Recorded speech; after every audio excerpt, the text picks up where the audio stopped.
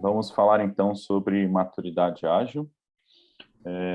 Esse tema, muitas vezes a gente vê aparecendo em times ou em organizações, algumas vezes o pessoal puxando para o nível mais organizacional, outras vezes puxando mais para o time.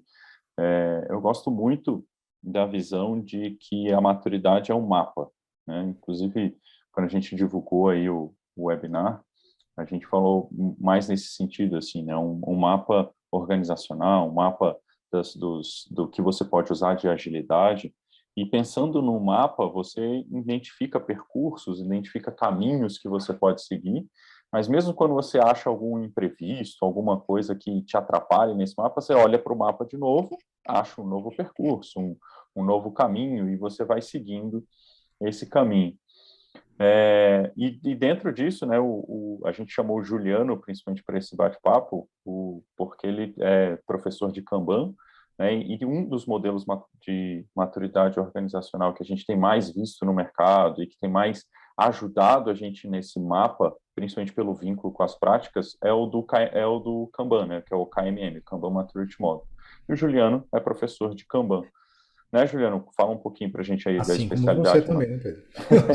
É isso Somos aí. duas pessoas de Kanban aqui, né?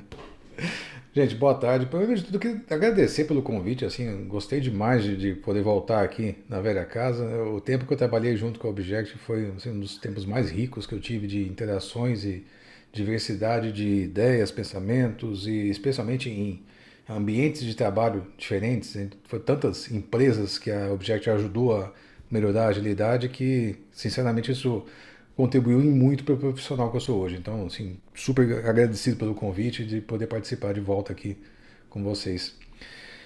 Cara, o KMM eu acho que é uma das evoluções assim que mais trouxe essa base do mapa para a gente, que eu acho que a gente estava um pouco perdido nessa questão, né?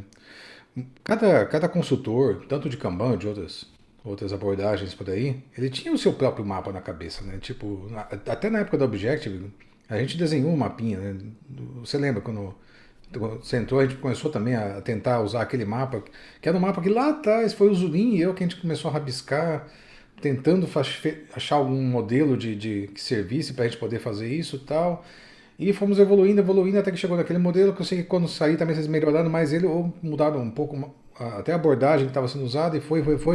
Ou seja, cada organização ela tem em si, esse termo que você usou é muito bom, de que, olha, existe um roadmap, né, um mapa que eu estou tentando dizer aonde que eu quero chegar.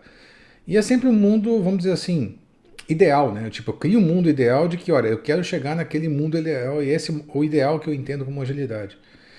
E como e é aí que eu acho que entra um pouco das limitações de todos os modelos de maturidade, tá? Inclusive do KMM, que é esse negócio do mundo ideal. Tipo, toda ideia ela tem em si uma certa limitação, né? Ela é por si mesma uma certa restrição. Então, se eu digo que, olha, a maturidade 6 lá do KMM é aquele negócio maravilhoso e tudo mais, a empresa que é construída para durar, eu estou delimitando, vamos dizer assim, as características de uma empresa que é altamente madura. Então eu estou excluindo o resto dizendo que essa aqui não é madura, não é tudo mais. Então, cada modelo tem em si isso, né? Ele tem, vamos dizer assim, um quê de limitar uma certa visão. Isso não só para os modelos de maturidade, mas para qualquer modelo que a gente pensar de qualquer coisa, ele é uma restrição no fim das contas. Mas eu gosto do KMM pelo seguinte, ele foi criado pela Theodora Bosiva e pelo David Anderson, são dois caras muito conhecidos na comunidade. O David dispensa apresentações, né, o pioneiro do método Kanban e tudo mais. A Theodora, ela é uma das pessoas que mais certificou em CMMI no planeta. Tá? A empresa dela e o grupo que ela participava foi um dos que mais certificou nesse negócio. E o CMMI, ela é uma das... E ela sentiu uma certa frustração ali no CMMI, porque ele era muito um guia de práticas, né? Então, tipo, eu já participei de auditorias de implantação de CMMI, tá? Assim, eu tenho passado os negros, tá? Já fiz coisas bizarras no passado. Uma delas foi essa, eu participei já, eu fui auditor de ISO, já fui auditor de CMMI. E aí chegava lá, a auditoria era bem tranquila, tipo, olha, tinha um guia de práticas na sua frente, para poder validar se a pessoa estava em determinado nível, e você fala, olha, a pessoa está realizando essa prática, tem evidência disso? Tem, então check. Tem evidência daquilo? Check, check, check. E você olhando as evidências se as práticas estavam colando. E essas práticas eram muito bacanas, tal, mas era só um conjunto de práticas. E o que eu já vi de empresa que pegava um dia antes da auditoria, preparava um cenário para te apresentar e depois ia embora. Sabe, no dia seguinte a coisa toda degringolava para qualquer coisa que do jeito que era antes era coisa fantástica. Mas o ponto do CMMI é o seguinte, ele não olhava para os demais aspectos, né? Eu acho que o KMM ele veio resolver um pouco disso, tá? Colocando valores, né? O que as pessoas valorizam, o que norteia essa organização, o que norteia aquele serviço que a gente está avaliando e o que a gente encontra de resultados de fato, né? Porque não adianta eu ter um conjunto de práticas lindo, maravilhoso, a gente valorizar aquilo que é bonito e bom e belo à nossa volta, se isso não traz resultado para a organização. Isso vai trazer a organização, no fim das contas, cair num lugar ruim. Legal. Isso que você falou, né, essa perseguição pelo selo, né? A pessoa só quer o selinho, independente se aquilo está trazendo resultado ou não. E a gente tem também aqui o Humberto com a gente, o diretor de inovação em produtos dentro do Object, para trazer um pouquinho essa discussão da maturidade para o lado mais dentro da organização, para o lado mais de resultado. E aí, Humberto, você vê alguma conexão desses modelos de maturidade, dessas verificações que a gente faz aí como que a gente conecta isso com o ambiente empresarial, o mercado e assim vai? Boa tarde, pessoal. Acho que, de novo, bem feliz mesmo de estar trocando ideia de novo com o Juliano. Foi bem legal a passagem dele no Object, a gente sente muita saudade mesmo. E Pedro, a gente se degladeia, né? A gente não debate, a gente se degladeia. Objective, a história do Objective é uma história de perseguição de maturidade, de perseguição desses conceitos de resiliência, com esses conceitos de estar pronto para ter uma perpetuidade. É uma coisa que a gente busca sem muito formalismo, desde... Não vou dizer que foi desde a hora que a gente nasceu, porque isso daí também a gente era muito novo, não era tão ligado às coisas, mas eu acho que a partir de 2000, uns 5 anos de empresa, a gente começou a perceber esse tipo de situação. E o CMMI, que o Juliano comentou, ele trazia um resultado para a empresa. Porque muitas contratações exigiam que você tivesse o seu CMMI.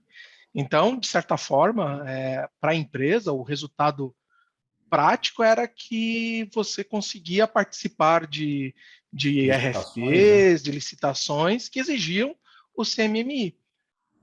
E esse que é o mais engraçado, na minha opinião, porque, em tese, o CMMI não foi feito para você participar de um leilão, mas foi feito para mostrar que você tem uma maturidade, que você segue procedimentos, que você consegue...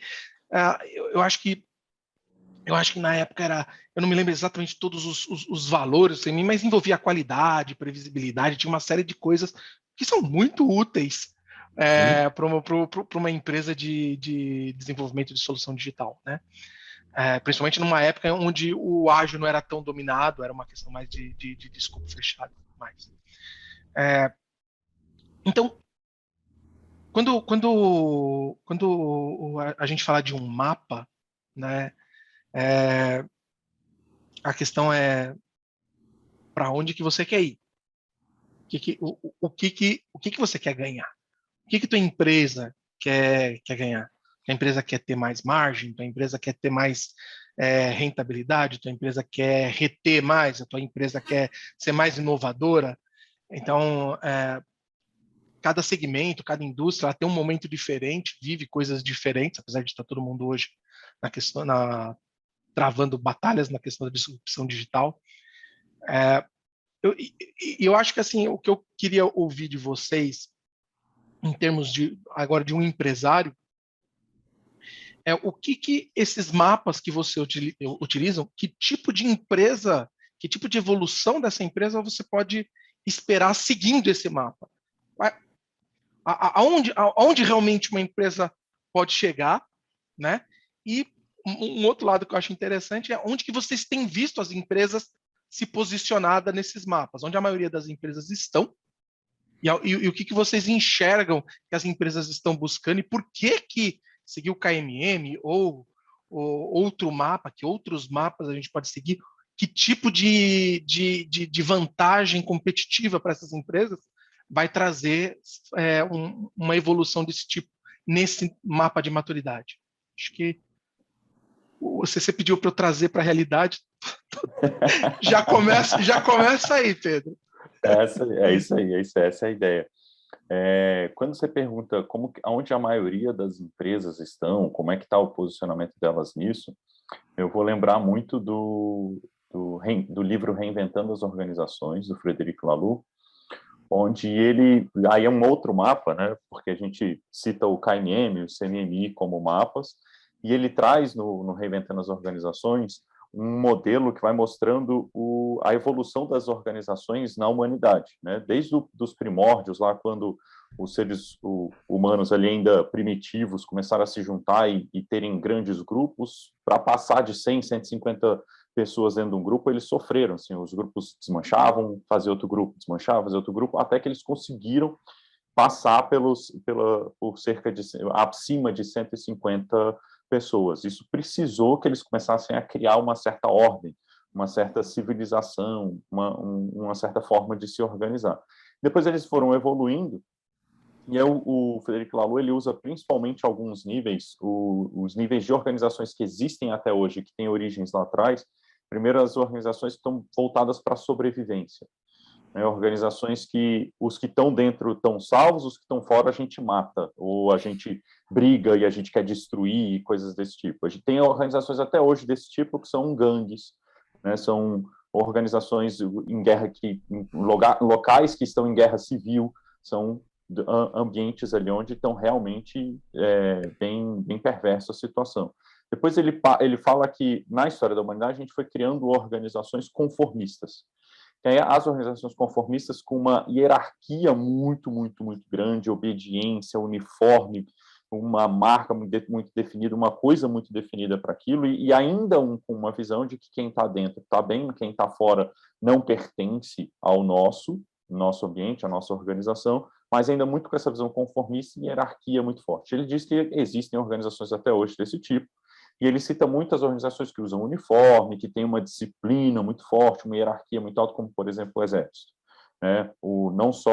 Ele não cita país especificamente, ele é francês, pode ser americano, pode ser francês, pode ser de qualquer país. Né? Um exército ele tem um uniforme, tem uma hierarquia muito forte, assim vai. E ele fala que o próximo estágio veio junto com Revolução Industrial, inovação, lucro, né, dinheiro, e aí vem ele chama esse momento de organizações realizadoras. E ele diz que a maioria das nossas organizações está nesse estágio hoje. São organizações realizadoras, buscam meta, objetivo, dinheiro, cumprir meta, inovar, conseguir mais dinheiro e assim vai. E aí ele começa a citar algumas organizações que estão além desse nível, aí vem os níveis pluralista e o nível integral, onde você começa a questionar essa hierarquia, começa a estar mais vinculado a um propósito e não propriamente dito ao dinheiro. Né? Então, a maioria das organizações está mais ou menos nesse nível de realizador. Fazendo conexão com os modelos de maturidade que a gente usa, como o CMMI ou como o KMM, a gente percebe muito, quando as pessoas definem os modelos, que o meio do modelo é onde está a maioria. Dentro do KMM eu percebo um pouco disso também, ali por volta do nível 3, 2, 3, é onde está a maioria das organizações, porque elas realizam alguma coisa, elas estão dando algum resultado. E aí você começa dentro do modelo a tentar mostrar quais são os próximos passos e quais são os passos ruins para você se distanciar daqueles, né? Para você entender para que lado você precisa ir. Eu vejo muitos modelos fazendo essas associações. Concorda, Juliano? O que você puxa aí do KMM? Não, concordo. E é interessante, assim, tem um monte de coisas conectadas com isso, né? O KMM, você olhando ali. Posso compartilhar um negócio? Vai, rapidinho? manda ver. Manda. Daí a gente fala em cima da imagem, se vocês não se importarem. Ô, Juliano, vê se você consegue participar. Quer participar ou compartilhar, tá? Senão eu libero aqui. Chegou aí? Chegou, Foi. ótimo. Então tá. Não, que a gente tá falando dos níveis, deixa eu talvez deixar aqui na tela um pouquinho pra gente falar deles.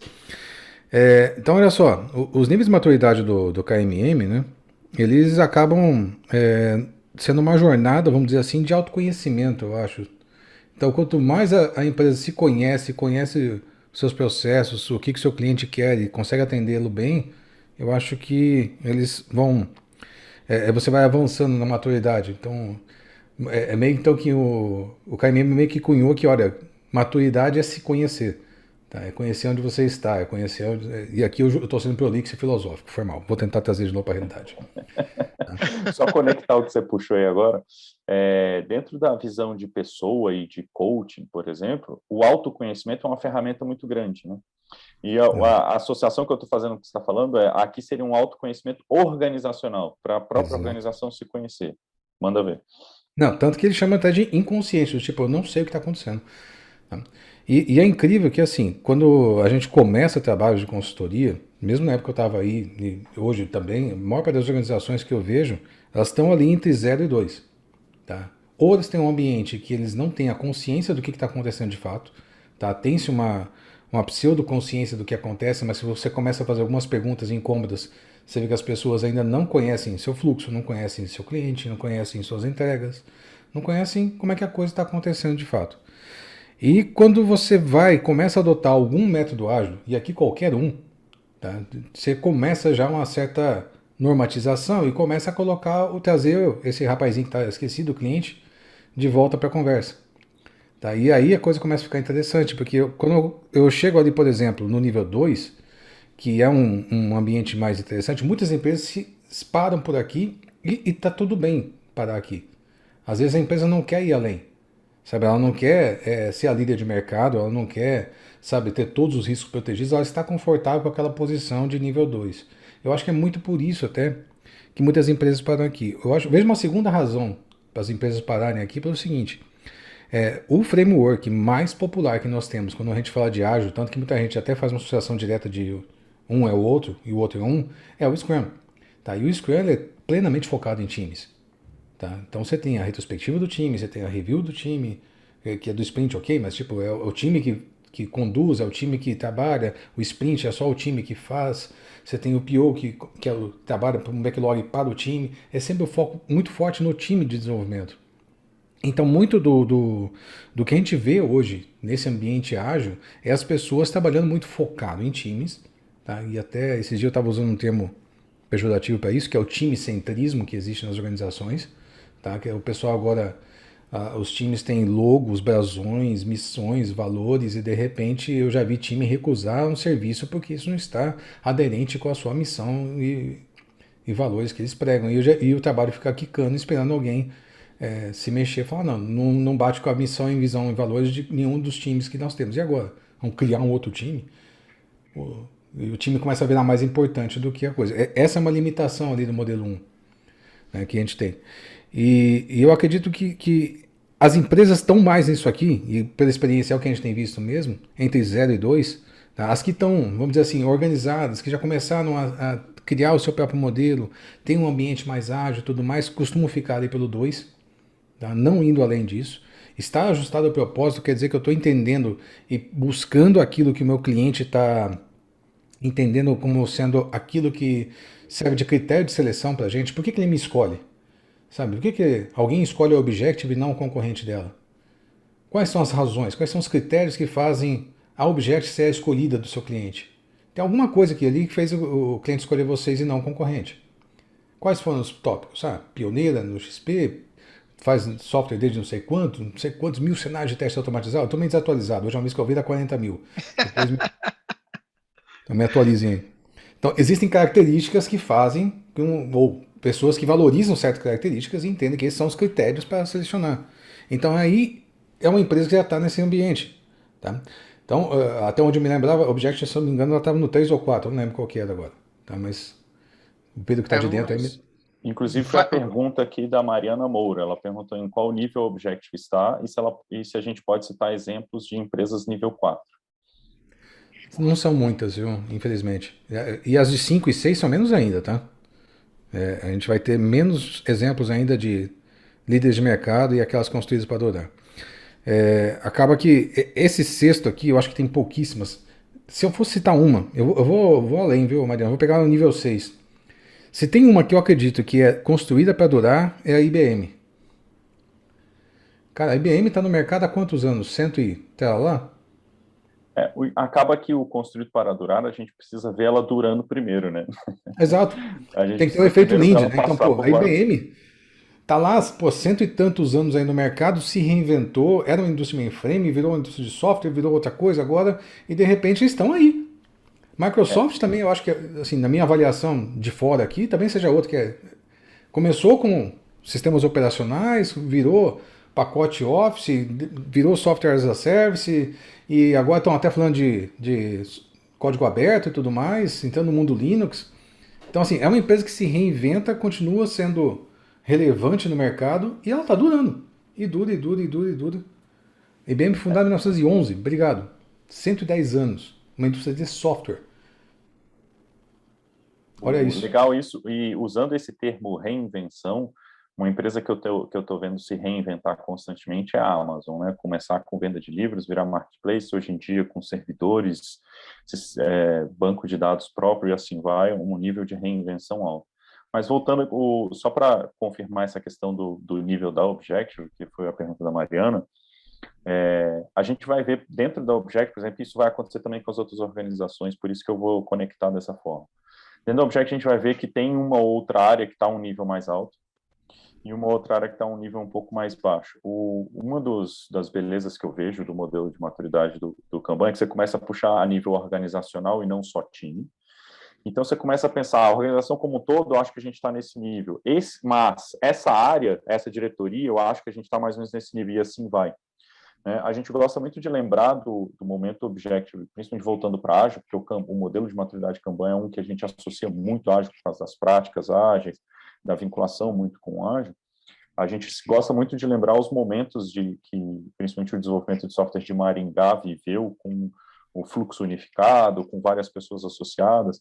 Ali, inclusive, a Object é citada em livros, em vários cenários, e inclusive em treinamentos da própria Aspercom que o Juliano participa, junto com o Rodrigo Yoshima, como sendo de nível 4, 5, por causa daquele momento que a gente viveu.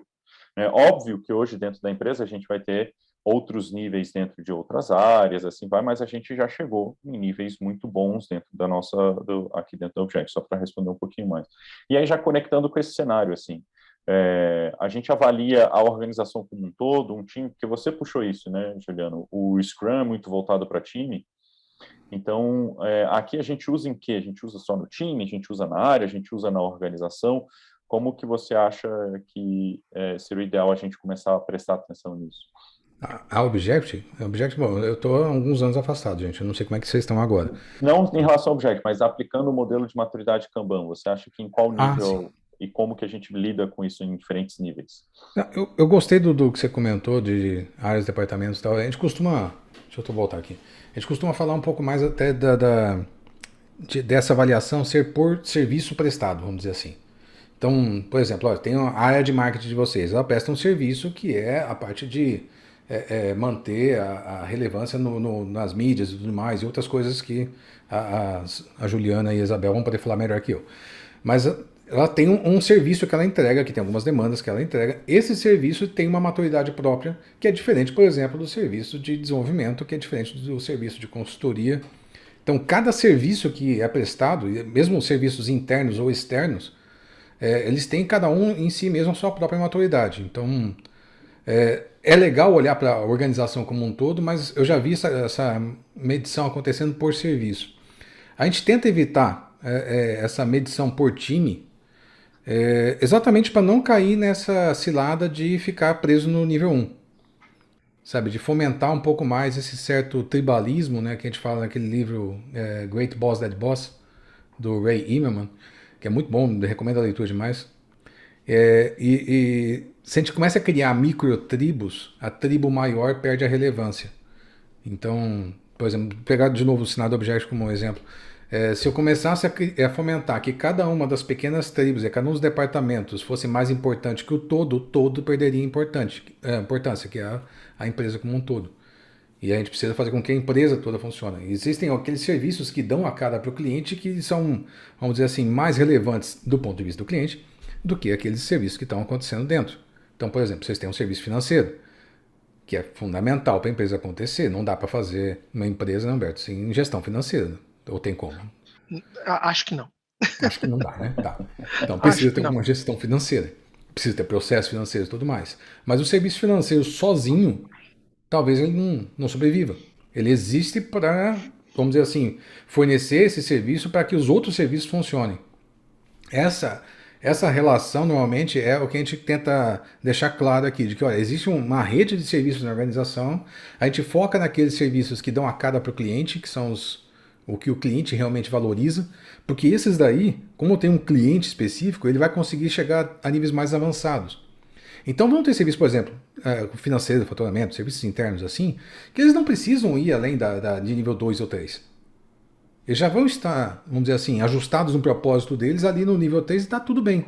Eu não preciso, sabe, transcender isso de maneira, sabe, a ser líder de mercado em serviços financeiros. Não é o objetivo do Objective.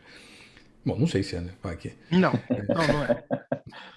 Mas aí, deixa eu trazer a pergunta que eu fiz no começo, porque eu acho que ela foi respondida parcialmente.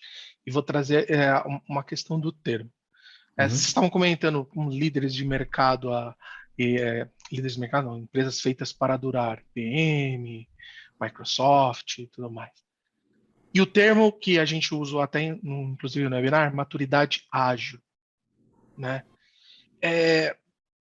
Assim, a IBM é uma empresa ágil, a Microsoft é uma empresa... O que se caracteriza nesse ágil, que eu acho que isso vai dar para mim, de fora, a visão... O que é ser maduro no ágil? Que características da empresa que a gente vai estar observando de forma mais clara? Feita para durar é uma coisa... Tá, beleza, ela é resiliente, o mercado vai mudar e ela vai conseguir se continuar, mas como? Ela é um Titanic que fica lá e por acaso não encontrou o seu iceberg, ou é um salgueiro que beleza, resiste ao vento, mas uma vaca vai lá e come? O que significa? Criei essa do salgueiro agora, olha só. Mas o que significa maturidade ágil? Esse termo ágil que você trouxe a questão do Scrum, Juliano. Eu queria justamente entender isso. Quando eu vou falar para um executivo, quando eu vou falar para os meus pares, nós vamos pegar e vamos trabalhar no modelo de maturidade ágil para melhorar. Melhorar o quê? O que esses executivos vão falar? Não, isso aqui eu quero. Esse negócio eu quero. Qual que é essa direção? O que a gente está medindo? Vou te dar uma baita quebra de expectativa. O modelo de maturidade do Kanban, ele é de maturidade organizacional, independente de ágil ou não ágil. Então, existem modelos de maturidade ágil, só que assim, esse foi um tema tão polêmico. Eu lembro, que ano que foi isso? Acho que foi 2010, mais ou menos. Uma moça que já foi parceira muito grande de vocês em estudos e tudo mais, a Rafaela Fontana, né? Rafaela Mantovani Fontana, isso. Ela já estudou até o caso da Object para poder tentar montar um modelo de maturidade unificado e assim, eles estão até hoje tentando estabelecer qual que é essa régua. Ela fez uma pesquisa com sei lá quantos mil respondentes e não conseguiu chegar numa resposta final ainda de o que é um modelo ágil de fato. Tem outras empresas que se propõem a integrar isso, como por exemplo a Agility Health lá nos Estados Unidos. Bom, não sei se é Estados Unidos, pelo menos eu vi em inglês. E eles também tentam vender, vamos dizer assim, alguns modelos específicos lá para olhar certos aspectos da maturidade. Eu não enxergo como ágil ou não ágil, ou se eu preciso ser Kanban ou não Kanban. Eu sinceramente, eu tô mais preocupado em como é que vai estar minha empresa daqui a alguns anos do que necessariamente se eu tô usando, não querendo ser agressivo aqui, mas tipo um termo da moda como ágil. Sabe? Ou o Kanban, que talvez esteja entrando na moda logo. Então, sabe, eu acho que é acima disso. Quando a gente fala de maturidade organizacional, é acima disso. Eu estou mais preocupado em quais são os rumos que a empresa vai tomar, para onde que ela vai. Eu estou conseguindo atender bem meu cliente. E esses termos todos aí, eles às vezes são mencionados, vamos dizer assim, em certos modelos ágeis, mas não necessariamente. Então, eu acho que isso sublima essa questão, vai além. Então, não é uma coisa só de ágil ou não ágil, eu acho que ela vai além. E se eu fosse vender para alguém essa questão, né, eu acho que a gente poderia fazer um benchmark aqui de algumas empresas, né, tanto, aqui voltando de novo para o Kanban, desculpa. Lá dentro da Kanban Universo tem um monte de cases explicando de aplicações em diversas áreas. Então, por exemplo, um case de maturidade ágil em bancos, um case de maturidade ágil em marketing, um case de maturidade ágil em manufatura, perdão, maturidade organizacional em N áreas lá. Esses cases estão bem descritos explicando o processo e os ganhos, os resultados que essas empresas tiveram. Mas o resultado sempre é focado no serviço que a empresa presta. Então, olha, o que ela quer melhorar naquele serviço, como é que ela quer ficar mais ajustada ao que o cliente a seleciona, ela está mais protegida aos riscos de mercado. Deixa eu pegar um exemplo da Aspercom, por exemplo. Esse exemplo é público, então eu posso falar sem problema. Bom, não sei se vocês sabem, estamos no meio de uma pandemia ainda. Tá? Aconteceu ali no começo, chocante essa notícia. Aconteceu ali no começo de 2020 de explodir esse negócio. E a Aspercom era uma empresa de treinamento e consultoria, tá, educação corporativa, e a gente estava todo preparado para dar aula presencial. Tá? Era um curso todo carregado de dinâmicas, com jogos de tabuleiro ali, lúdicos, para poder ajudar a simplificar algumas questões de fluxo, processo e tudo mais. E de repente, não pode mais juntar mais que 3 pessoas num lugar e tem que ser da família, todo mundo longe uma da outra. O modelo de negócio que a gente tinha até então, ele caiu por água abaixo. E nessa, a gente precisou, a gente tinha, vamos dizer assim, a robustez financeira para segurar esse tempo. Então foi possível segurar ali por 2 meses o zero faturamento que a gente teve, porque afinal de contas não tinha nenhum treinamento acontecendo. E nesse período a gente conseguiu voltar a programar, Juliano voltou a programar, fazia tempo que não programava, mas voltei, aprendi Ruby, olha que legal. E a gente conseguiu, então, montar, vamos dizer assim, uma estratégia para transformar aqueles treinamentos que eram presenciais, com uma alta carga de dinamismo ali, e manter o dinamismo no online para fazer alguma coisa que funcionasse nesse novo cenário. Isso não é risco protegido, tá? Que é, por exemplo, o 4º nível. Tá? Isso ainda não é ajustado a propósito. Tá? Talvez seja ajustado a propósito, talvez tenha algumas características de ajustado a propósito. Isso, no máximo, a gente foi ágil. Ou seja, a gente conseguiu em pouco tempo criar uma solução para um evento adverso que aconteceu com a gente. Mas a gente não foi resiliente o suficiente. Não é algo tipo, olha, se vier uma pandemia, o que eu faço? Se vier um evento que me impeça de dar aula presencial, o que acontece? A pandemia é muito específica. Vamos lá. Se vier um evento que me impede de dar aula presencial, o que eu faço? Se vier um evento que me impede da consultoria presencial, como aconteceu com vocês também, o que eu faço? Sabe? E esses riscos protegidos, olha, de que, olha, se algo acontecer, eu estou preparado, eu tenho uma solução já aqui montada para isso, isso seria lá o nível 4. Então eu acredito que essa questão de ser ágil, ela é boa. É ótimo a empresa ser ágil, ela conseguir responder rápido a mudanças, ela conseguir agir mais do que ter um plano traçado, isso é muito bom. Mas nem sempre isso é o que a gente queria, né? Eu queria não precisar ser ágil, eu queria ser robusto o suficiente para falar, tô nem aí, o negócio segue igual. Sabe? E não foi o caso. A gente teve que passar por uma adaptação, assim como eu imagino que vocês também tiveram que passar, para poder fazer com que a coisa acontecesse. Eu vou aproveitar alguns atos falhos seus, Juliano, para abordar a pergunta do Humberto um pouquinho diferente. Tá bom? Manda lá. Eu vou aproveitar seus atos falhos, porque muitas vezes, quando você falou, primeira coisa que você defendeu, não, é maturidade organizacional. Eu falo ágil. Não é maturidade ágil. Aí você vai puxando ágil, vai puxando ágil. Aí depois, no seu exemplo, você fala do melhor coisa que a gente puxa dentro do ágil, que é a adaptação. Isso. Né? E aí, abordando a pergunta do Humberto, que é, tá, eu vou fazer esse modelo de maturidade ágil, ou vou numa direção usando um modelo para ser mais ágil, para quê? Qual que é o objetivo? O que eu vou trazer para a empresa, né? E aí, uma das coisas que eu entendo é que, por mais que a gente não esteja vendo o nome ágil, a gente está vendo Kanban Maturity Model, a gente ainda vê a comunidade Kanban, a própria Kanban Universo, compartilhando valores com agilidade muito forte, né? Então, eu ainda associo o Kanban Maturity Model como um modelo ágil, E eu ainda vejo ele com os valores intrínsecos ali dentro. Como, por exemplo, ele puxa a principal questão da agilidade, que é a adaptação. Ele está o tempo inteiro ali dentro se adaptando para atender a necessidade do cliente, com foco no cliente muito forte. Coisas que a gente está o tempo inteiro buscando dentro do ágil. Né? Então, quando a gente olha para um modelo de maturidade como o próprio do Kanban, o KMN, a gente está, ao meu ver, a gente está puxando que a organização seja mais adaptável.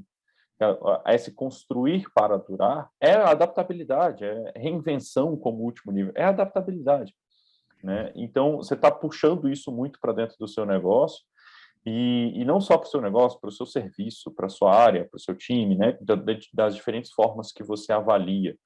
Então, eu uso bastante o modelo de maturidade Kanban como sendo um modelo ágil mesmo, por isso que eu falei, vou aproveitar seus atos falhos para responder de uma forma diferente. Eu associo sim ao ágil, principalmente pelo essa compartilhamento de valores da Kanban com o ágil, e acredito que o ágil traz para a organização essa adaptação. E aproveitando o exemplo que você trouxe da pandemia, de todo esse problema que a gente está vivendo com o Covid, as empresas que estavam mais adaptáveis, as que tinham mais musculatura para adaptação, foram as que mais rápido se organizaram. Vocês se organizaram em 2 meses, é um tempo muito bom. Tem empresa que não conseguiu se arrumar, que morreu, que pediu falência. Tem empresa que até hoje está tentando se adaptar. Agora, outras empresas, na verdade, ganharam, cresceram dentro desse ambiente, porque ela teve uma velocidade de adaptação tão rápida que as outras ficaram para trás. Né? Ela passou a liderar a questão.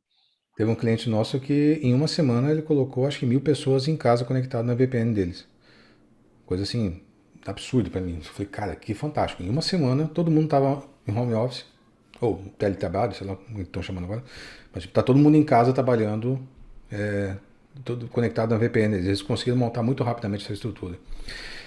Só complementar. Em paralelo, teve outros que, por causa de ser VPN, por causa de conexão, tal sistema só funciona dentro da empresa. Tal conexão. Caramba, as pessoas só tinham desktop. Como é que elas vão levar agora o computador para casa? E outras demoraram muito mais a se adaptar. Não posso citar a empresa, mas a minha esposa, estando aqui no andar de baixo, ela está com um desktop que ela carregou aqui da empresa para trazer para cá. Acontece, o povo teve que se adaptar. Porque a empresa não tinha notebook suficiente para todo mundo. Mas um negócio interessante que eu queria complementar é que, assim, essa adaptabilidade, usualmente a gente olha mais a nível do serviço e do time, né? E aqui a gente está falando uma adaptabilidade mais a nível estratégico, mesmo de posicionamento de mercado até, né? Olha, eu estou atuando nesse ramo, eu quero trocar o ramo ou explorar outros ramos, como, por exemplo, sei lá, o Google. O Google tem uma quantidade de projetos que começa e falha, que tipo... Não, e eles querem isso. Eles não têm problema, né? Eles não tem problema nenhum. Eles estão bem, financeiramente eles não há crise, e eles fazem isso mesmo. Por quê? Porque eles estão numa posição, essa posição de líder, ela é complicada, porque para você se manter ali requer uma energia enorme. Então, por exemplo, um Google da vida tem que ficar explorando outras alternativas antes dos demais, tentar ser criativo para poder manter-se na frente dos demais. Ou seja, é penoso, é trabalhoso. E por isso que eles fazem tantas explorações, vamos dizer assim, né? Eles estão tentando buscar alternativas para poder falar, olha, se qualquer uma desses outros 1.000 cenários que a gente está tentando trabalhar aqui surgir, a gente já está começando a fazer experimentos em cima disso. E é por isso que tem projeto que começa com vários... Acho que tem até um cemitério de projetos do Google em algum lugar, não tem? Se você der um Google disso aí. Não conheço. Descontinuaram. Eu queria pegar aqui, então, já que a gente tentar só colocar mais um ponto para vocês discutirem aqui. Quando a gente fala de adaptabilidade, né, a gente fala de uma cultura focada em eficácia, em buscar fazer o que é certo, né? Que, de certa forma, prejudica a eficiência. É um trade-off. É muito difícil você conseguir aumentar a eficácia e a eficiência ao mesmo tempo. Tipicamente, você acaba balanceando as duas coisas. Né? Quando você tem uma cultura muito eficiente, escala tal, a tua cultura, não, você consegue fazer muito bem aquele negócio. Aquele negócio pode ser, eu consigo muito bem ficar mudando de coisa que eu faço. Mas ainda assim, a coisa específica que você faz não necessariamente vai ser o modelo mais eficiente. A hora que a gente fala um pouco disso, eu fico pensando qual é o impacto disso na margem da empresa, no EBITDA da empresa, na lucratividade, na capacidade de retenção, na gestão de pessoas. Não me parece um movimento fácil de ser feito numa empresa que tem uma cultura muito forte.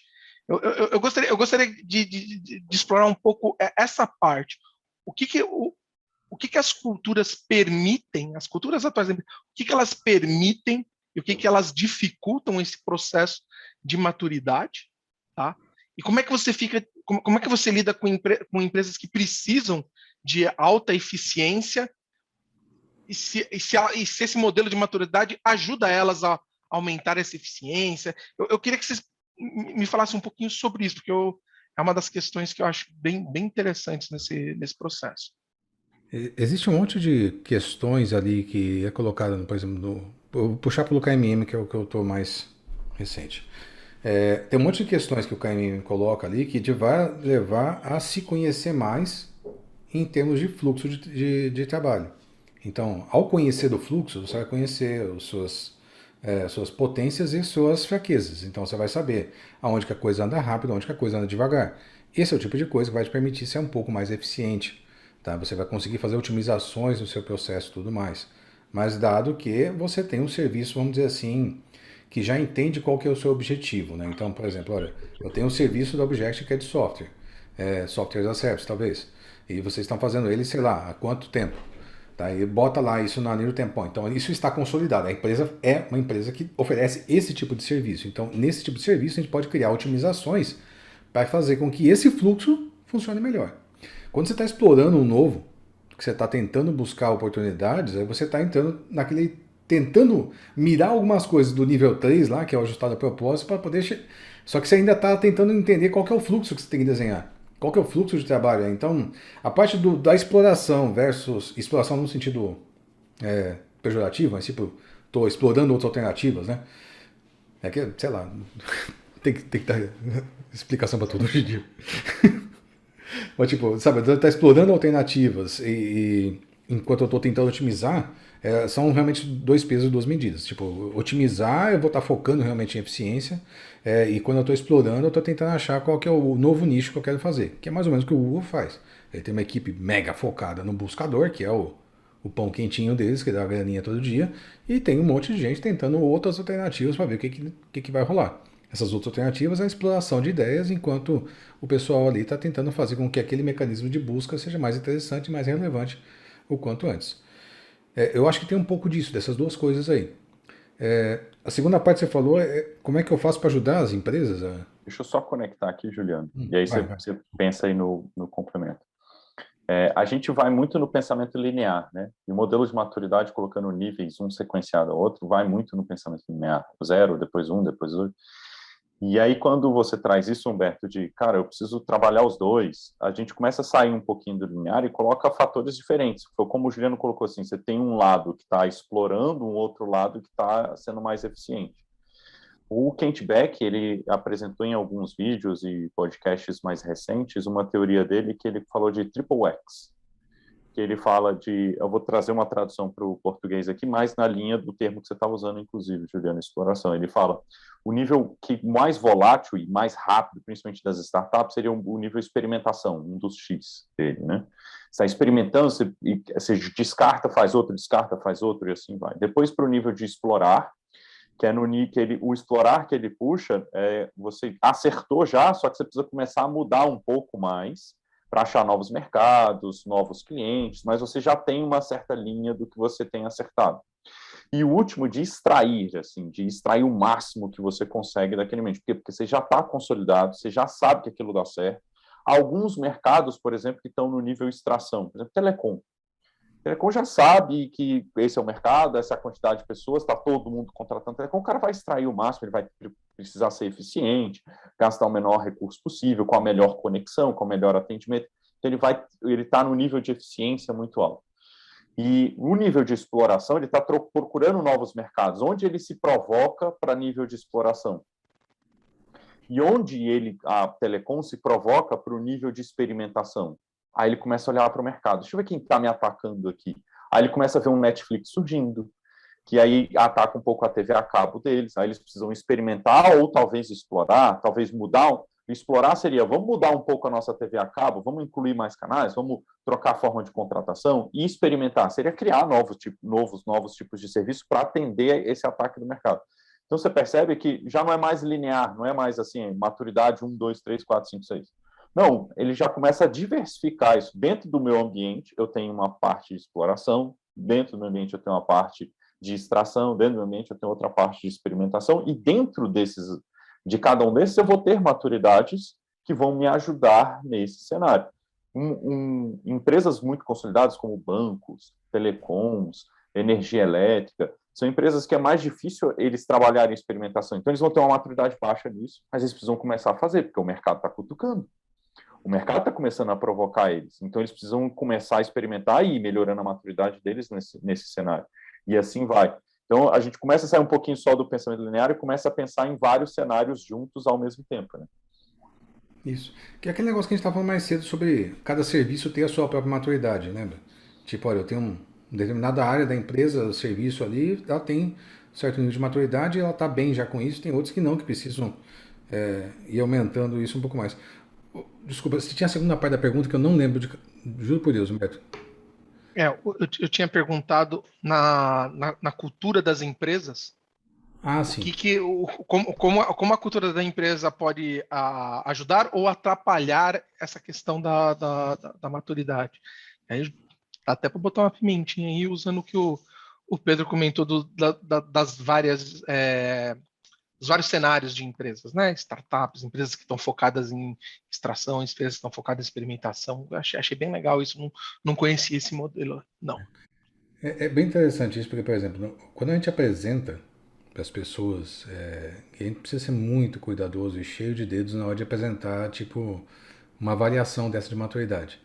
Você chega para uma empresa e fala, olha, você está na maturidade zero, o cara quer te pegar um porrete e dar na tua cabeça. De como assim, querido? Nós estamos há 30 anos no mercado, você vai me dizer que a gente não conhece o nosso negócio? Eu falo, assim, como deveria, talvez não. Vocês conhecem em termos gerais, mas como é que a coisa flui de fato, onde é que estão seus problemas, onde é que está, o que seu cliente quer de verdade, você não apresentou evidências, né? Então, às vezes é chocante para as organizações e existe uma certa resistência em assumir, vamos dizer assim, quem somos, sabe? Que é o nível 1 e 2, que é um aspecto cultural bem importante, né? De, olha, quem somos nós? Qual é a nossa empresa? Nós nos conhecemos o suficiente? Nós conhecemos nosso serviço, nós sabemos como ele é prestado, a gente sabe quais são as necessidades dos nossos clientes. Se a gente tem uma empresa que tem já isso bem respondido, tá? Esses valores ali já bem estabelecidos, a coisa costuma fluir melhor. Tá? Me permita de novo compartilhar só mais uma vez aqui aquela mesma imagem. Vai lá. Nem sei como é que a gente está de tempo aqui. A gente está quase no final. Eu mandei aqui no chat para o pessoal para mandarem perguntas. Até agora nenhuma, só aquela no início lá sobre a maturidade Object. Então vamos tocando aqui. Se o pessoal tiver mais perguntas, eles mandam aqui no chat. Vai aí. Para você ver aqui, Humberto, tem entre esses níveis aqui, entre o 0 e o 1 tem uma faixinha branca, entre o 2 e o 3 tem uma faixinha branca. Isso aqui não é caguete de designer, não. Tem uma... É um vale mesmo, assim. Não, que às vezes fica bonitinho, né? Separando 2 em 2, tá? Não é o caso. Tá? Aqui realmente é um vale a se cruzar. Então, sair do inconsciente para construir alguma coisa que, olha, valoriza colaboração, tomada de iniciativa e transparência, isso dá trabalho. Então, tirar a empresa da inconsciência e levar ela a conhecer quais são seus ambientes, quais são o seu fluxo de trabalho, quem são seus clientes, como é que você está fazendo as coisas, é difícil. Tá? É difícil mesmo. Esse primeiro passo ele é complicado. Assim como sair do orientado ao cliente para chegar numa coisa que está ajustada ao propósito, para entender, olha, por que o meu cliente me seleciona, muito mais que simplesmente atender as necessidades dele, mas saber por que ele escolheu a mim e não a outro. Tá? Também um gap difícil de superar. Tá? Então, esses gaps aqui, eu acho que são as principais dificuldades de transição que a gente tem na evolução da maturidade. Existem esses níveis que estão conectados, tipo 1 e 2 e 3 e 4, eles são, vamos dizer assim, migrações mais fluidas. Tá? A coisa flui um pouquinho mais tranquilo, é uma migração que consegue acontecer mais facilmente, vamos dizer assim. Então... desculpa, Pedro, vou enfiar só o dedo aqui. Essa é uma coisa que eu nunca engoli muito bem, porque eu acho que a maior dificuldade da humanidade como um todo é olhar para o risco. A humanidade inteira, o nosso capitalismo, ele vai ter um risco dele se matar porque ele só olha para a oportunidade e acaba não focando no risco. Então, essa transição aqui, eu acho que não é um vale, eu acho que é um pesadelo. É um negócio metafísico, porque foge da... Mas mas entendi. Legal a explicação. Vai lá, Pedro, desculpa. Eu ia conectar com o que você perguntou mesmo, Humberto, como que a cultura impacta nesse processo, né? E eu acho que esses vales que o Juliano está falando, do 2 para o 3, do 0 para o 1 e do 4 para o 5, é onde mais a cultura tem impacto, né? Porque você precisa realmente mudar um pouquinho mais o paradigma, mudar algum cenário interno bem forte para você conseguir fazer realmente uma mudança.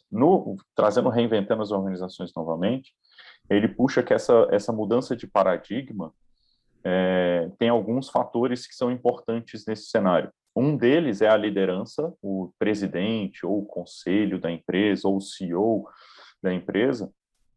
Se ele não tiver com um estágio de consciência um pouco mais elevado, ele não vai conseguir trazer o resto da empresa para esse cenário.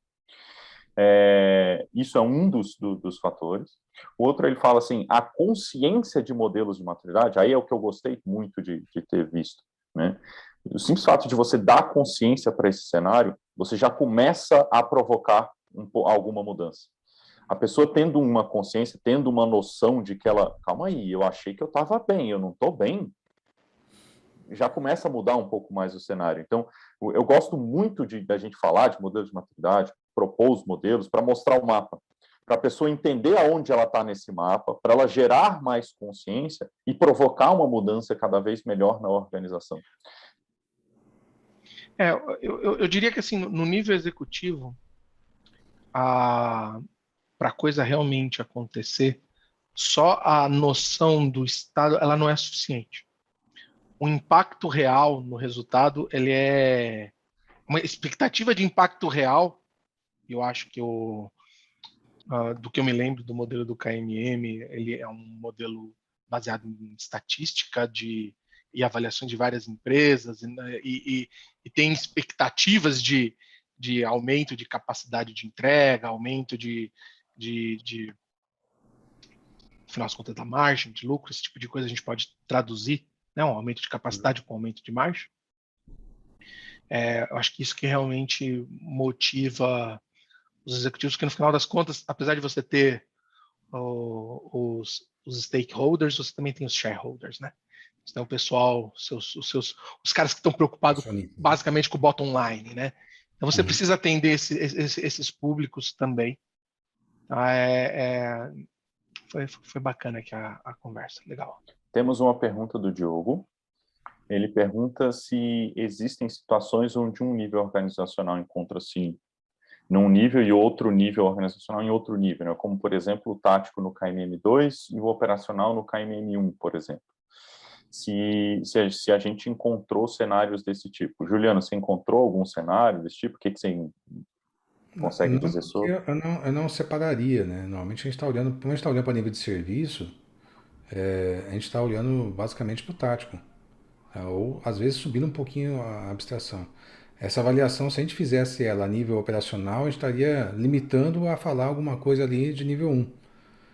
Então, dificilmente a gente estaria avançando disso. E aí eu faço uma analogia aqui com outros modelos, não só com o KMM, concordo com você, Juliano. Mas tem vezes que a gente começa a mudar o cenário no operacional, no time. Sim. E aí tem vezes que a gente acelera a maturidade no time e depois a gente precisa evoluir isso, senão o time vai voltar, né? Vai voltar à maturidade anterior, porque o cara que está acima dele está cobrando de uma forma que ele não mudou ainda a forma de cobrança, continua cobrando da velha forma. e aí você vai acabar voltando para esse cenário.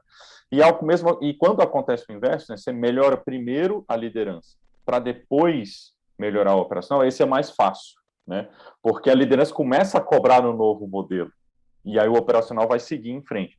Então, é muito comum a gente ver nessas discussões de evoluções organizacionais, quando você troca mais em cima, é mais fácil você trazer o resto da corporação, e quando você começa essa mudança por baixo, é mais difícil, porque você tem que fazer o de cima se adequar, e aí é mais complicado.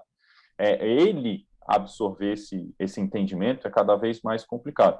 Então, o que muda ali é o gasto de energia, ao meu ver, respondendo um pouco melhor aí o Diogo, acho que muda mais o gasto de energia que você vai ter para resolver, para que ambos evoluam. Você não vai querer que, para os dois ficarem iguais, é só diminuir um, não. Você quer evoluir os dois.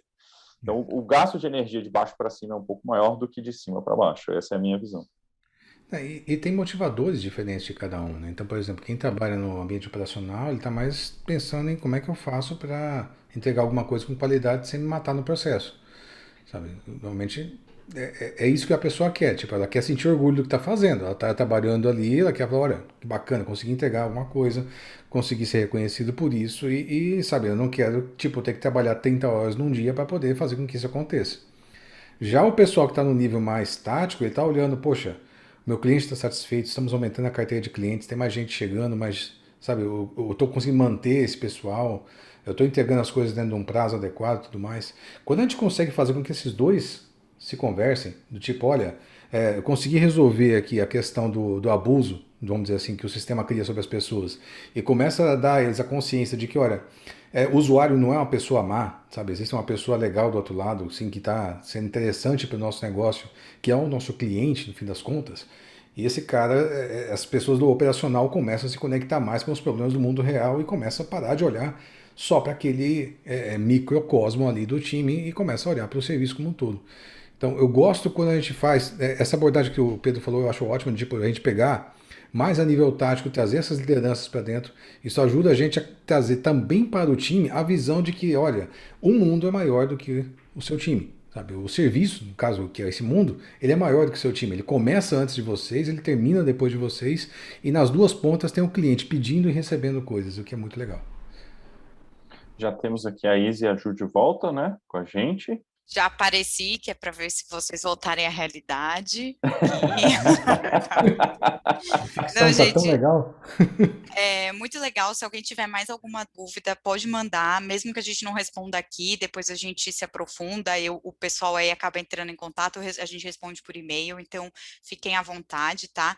É só porque deu mesmo o nosso horário, já passou das 6, então eu queria agradecer todos os participantes que ficaram com a gente aqui o tempo todo, vocês pelo tempo e pela essa disposição em falar sobre o assunto, sei que vocês têm muito conhecimento, tem aí muito mais a passar, então eu espero ver vocês em breve, a gente faz uma outra rodada, traz outros temas para debater, e, enfim, queria agradecer muito aí por todo mundo, e a gravação eu mando por e-mail, tá bom?